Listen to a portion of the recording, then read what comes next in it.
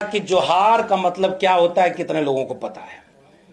और मैं ये सवाल यहीं से उठाना चाह रहा था कि सेवा जोहार का नारा क्यों लगता था और जोहार का नारा और उलगुलान का नारा किसके लिए लिखता है।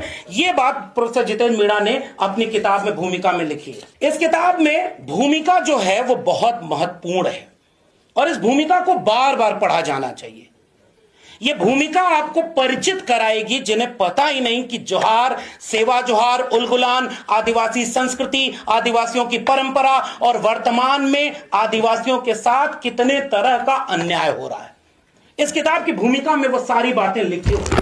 और कानून के नाम पर किन लोगों ने जब कानून बनाया तो वो कानून विरासत, अस्तित्व और सांस्कृतिक और आर्थिक आधार के खिलाफ चला गया। और फिर आंकड़ों के साथ ये दावा करती है कि एक समय जब जंगल को निजी संपत्ति घोषित किया गया तो आदिवासियों के ऊपर किस तरह का जुल्म हुआ। इसलिए भी इस किताब को जरूर पढ़ा जाना चाहिए।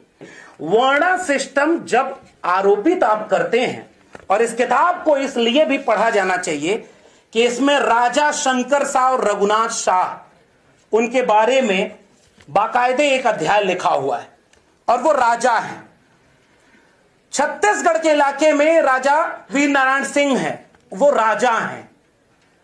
गोंडवाना में रानी दुर्गावती हैं, वो रानी हैं। भीलवाड़ा राजकुमार रोज जी उसका पूरा आंदोलन चला रहे हैं कि भीलों का अपना एक पूरा राज्य बने, क्योंकि वहां के वो राजा रहे हैं। अगर वर्ण व्यवस्था में आदिवासी, दलित, पिछड़े सब शूद्र थे तो उनके बीच से राजा कैसे पैदा हुए।